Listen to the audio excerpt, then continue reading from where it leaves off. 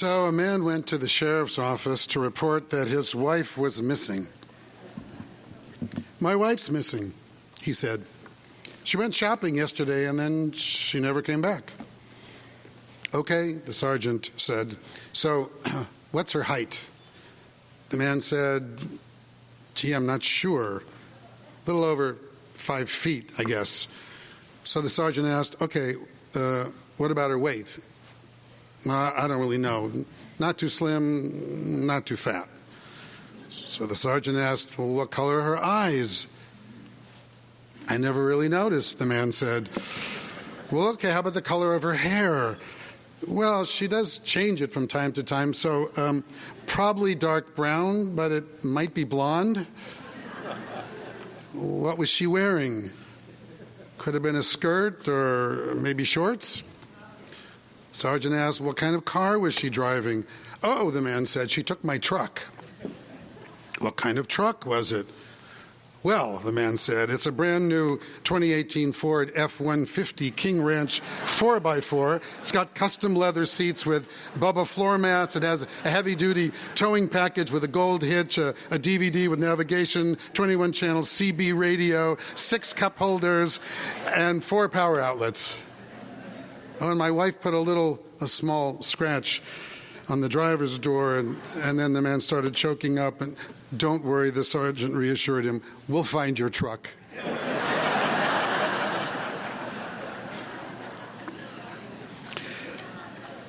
It's Yom Kippur. It's the time to remind ourselves of what really matters in our lives. And as I often say, to remember that the most important things in life are never things at all. They're always the people we love and the values that we cherish. I'm sure many of you remember actually my favorite Jewish story of all time, because it actually happened to Didi and me a number of years ago when Didi's Aunt Shirley and Uncle Lenny came to visit us to Los Angeles from Israel for the first time. So we wanted to give them an authentic LA experience, and so of course we took them to a fast food Mexican restaurant. And there we all were standing looking up at the menu, and all of a sudden Uncle Lenny says, "Shirley, look, you can get nachas here for $1.25.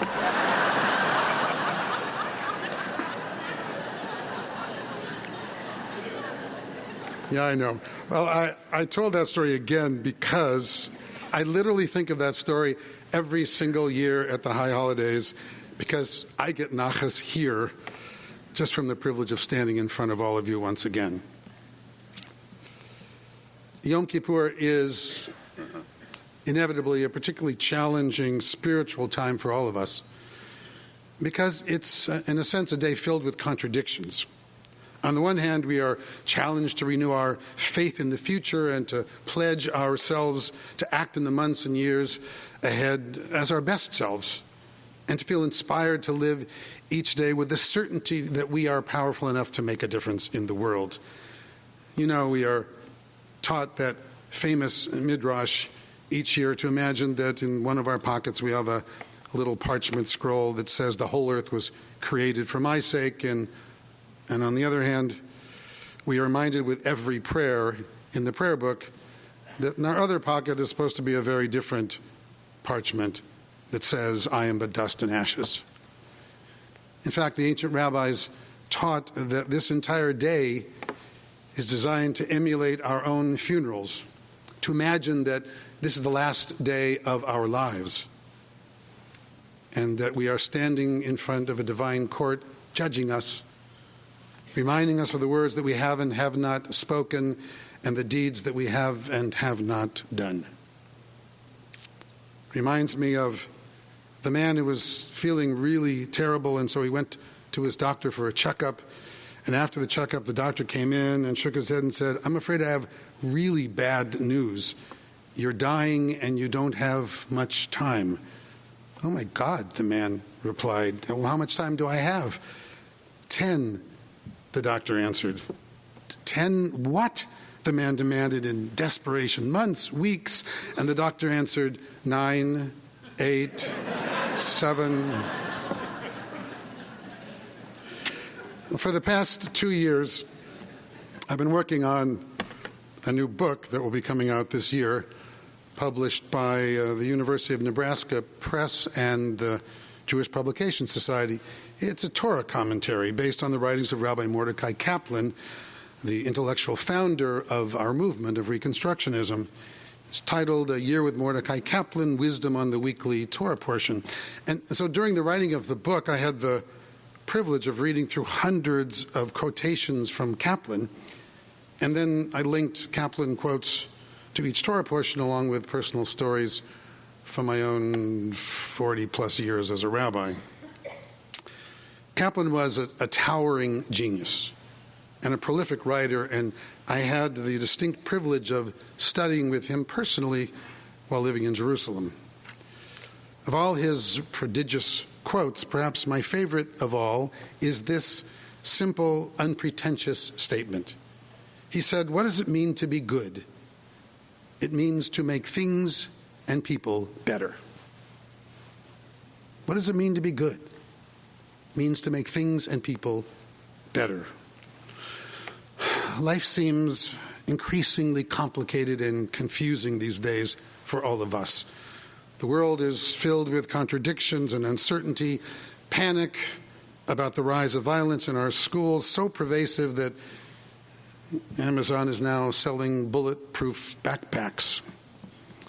Fear over how to address the increasingly frightening impact of climate change. Just witness what's going on this very week from Florence. What to do about the ever-hardening polarity and divisiveness of our government, and how to respond to the invasive impact that manipulating social media is having not only on our politics, but the choices that we make and the decisions that we make every single day about what we purchase or the medicine we take and 1,000 other decisions. All of that is enough to make our heads spin. More and more Americans don't read the newspapers anymore or watch the news, not just because it's always bad, but because their trust in what is true and what is not true grows more and more confusing and uncertain every single day.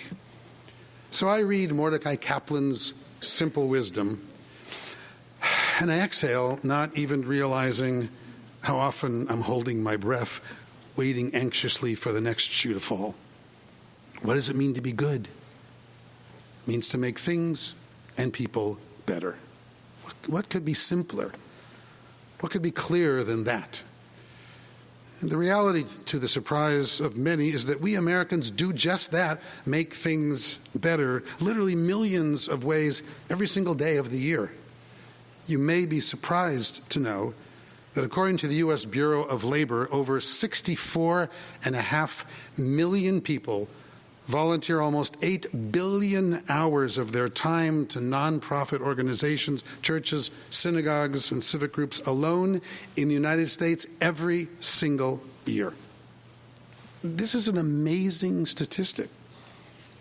And my friends, this is the true nature of our country. This is what it means to be part of a community where you understand that each of us has a responsibility to one another. That no one of us can survive literally without the others.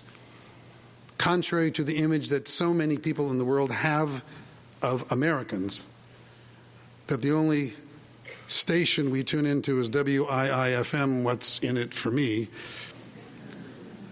Americans are in actuality literally the most generous and the most giving of any country in the world, period. And of course, I'm proud that the entire country's foundation of communal participation and giving stretches back to our Torah and the ethical and moral foundation for communal life that we gave to the world so many thousands of years ago. You know that the founding fathers of America knew the Bible well. George Washington, Thomas Paine, John Adams all said that their favorite verse in the entire Bible is the prophet Micah 6:8. God has told you what is good and what God requires of you, only to do justly and to love mercy and to walk humbly. You see, imitating God in our actions, our attitudes, our behavior has been a hallmark both of Jewish ethics and the American way of life from its inception. That's why the Midrash always taught a community is too heavy for anyone to carry alone. Well, Mordecai Kaplan also taught, don't merely expect to find or to believe that life is worthwhile, make it worthwhile. That, he believed, is what it means to be fully human. It's to remember, especially when life is difficult, when tragedy strikes, when we experience setbacks and failures, why the very first thing that the Torah teaches us about human beings, as you know, is that we are all created b'tselem Elohim, in the image of God. We Jews believe, that every single human being, every single one of us was born worthy, with fundamental spiritual self-worth. Even the people sitting on the other side of the aisle, regardless of where you are sitting.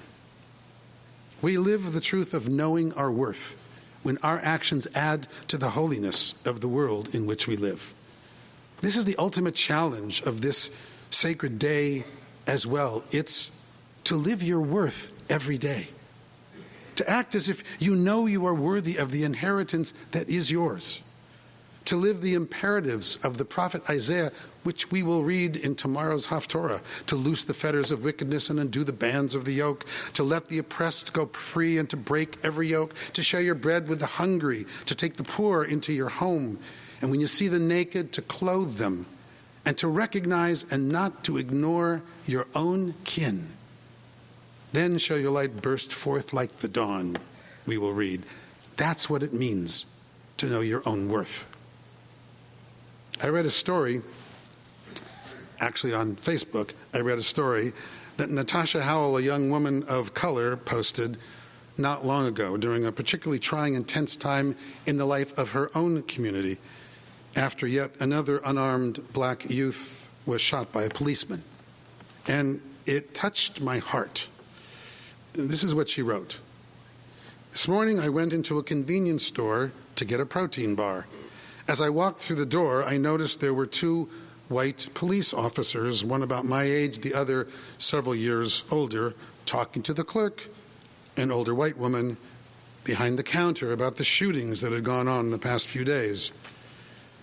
They all looked at me and fell silent. I went about my business to get what I was looking for, and as I turned up the aisle to pay, the older officer was standing at the top of the aisle watching me. As I got closer, he asked me, "How you doing?" And I replied, "Okay, and you?" And then he looked at me with a strange look, and he asked me, "How are you really doing?" And I looked back at him and I said, "I'm tired." His reply was, "Me too." And then he said, "I guess it's not easy being either of us right now, is it?" And I said, "No, it's not." And then he hugged me, and I cried. I'd never seen that man before in my life, she wrote. I have no idea why he was moved to talk to me. What I do know is that he and I shared a moment this morning that was absolutely beautiful. No judgments, no justifications, just two people sharing a moment. And her post was followed with the hashtag #LoveWhatMatters. Well, I don't know Natasha Powell, but I read her post because it went viral. Natasha and the police officer moved past skin color and a police uniform. They stopped thinking about their own issues and differences, and they simply paid attention to the other human being that was standing right in front of them. This is what it means to recognize both ourselves and everyone we meet as made in the image of God. And it starts with knowing that we matter, with knowing our worth. When you know your worth, like Martin Buber's famous ideal, you see yourself and the other as a thou and not simply an it. That's what happened between the police officer and Natasha. And I think this is why the post went viral. In a time when the divinity, the godliness, the holiness, the worth of the others out there is so obscured by our fears and prejudices and the righteous indignation of our political positions, Natasha and the police officer did just the opposite. This is Yom Kippur. This is our judgment day. And truthfully, nothing in life causes us more pain and suffering than the judgments we hold about and against ourselves. So tonight on this Kol Nidre Eve, my challenge to all of you for this year is simple. It's know your worth. Really know your worth. In fact, I'm launching a campaign right now, right here, with all of you. And then literally next month throughout the community with my Home Shalom project entitled #Know Your Worth. So as you leave tonight, I'm going to give every one of you one of these because you know I like to give things away. It's a keychain and it says #Know Your Worth. To remind you all year long that when you know your worth, you stand up for yourself with confidence, you speak your truth, and you have the inner strength to recognize and value the worth of others, including those with whom you totally disagree. A few years ago, Dee Dee and I went to a rabbinic conference in New Orleans, and so one morning we went to the famous Brennan's for breakfast. There we met a man named Roy Boykins. He was an older African-American man who had worked at Brennan's for over 30 years. And when we told him we were from Southern California, he said his one trip to Los Angeles many years earlier had changed his life. And then he told us this story. I'm a black man, he said, who grew up in the South. And once I went to visit my relatives who moved to Torrance, outside of Los Angeles. One day, he said, I decided to walk from Sambo's, remember Sambo's? From Sambo's to the coffee shop across the street. And when I stepped off the curb, the traffic stopped. The traffic stopped. For me. I was so shocked that I walked back and forth across the street all day, 100 times, just to experience that amazing sense of power and respect and worth that I felt to have folks stop for me. And I've never been the same. #Know Your Worth. Well, as many of you know, these past couple of years, I've been working with my Home Shalom project and partnering with Naomi Ackerman of the Advot Project and Jewish Family Services to raise awareness of the reality of domestic abuse in our community. Sadly, domestic violence continues to be the leading cause of injury to women in America. Every 9 seconds, a woman is assaulted. And studies show that the Jewish community, unfortunately, experiences abuse at about the same rate as the rest of America, which is perhaps as much as 15% of the population. So even if we give ourselves, of course, the benefit of the doubt and say our rate is no more than 10%, since there are around, 400,000 or so Jews, adult Jews in Los Angeles, and half of them are women, who represent about 90% of those abused, that means up to 20,000 Jewish women right here in Los Angeles, some of them sitting next to you in this very room, have been victims of intimate partner abuse. 20,000 right here.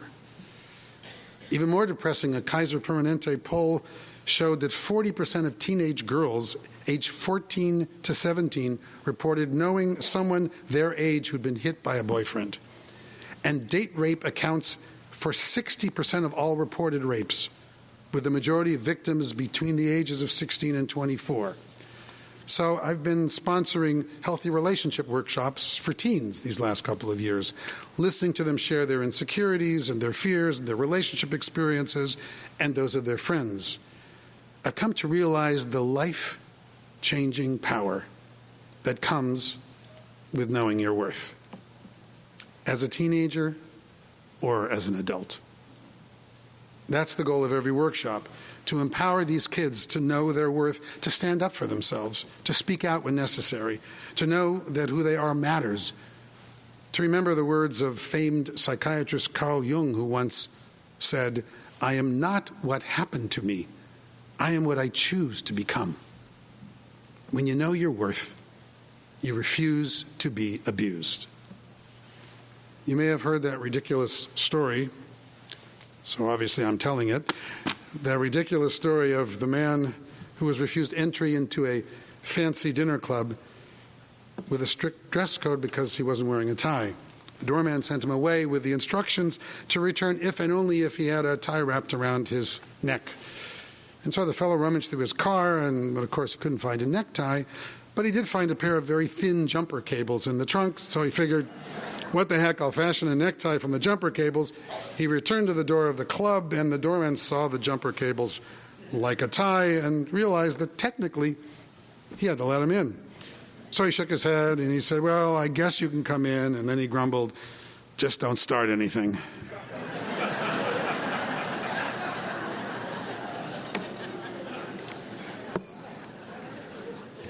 My advice is, start something.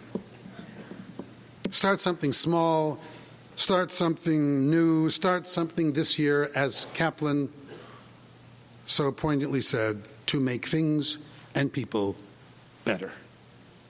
Ultimately, that's how you demonstrate to yourself and to the world that you truly know your worth. Amen.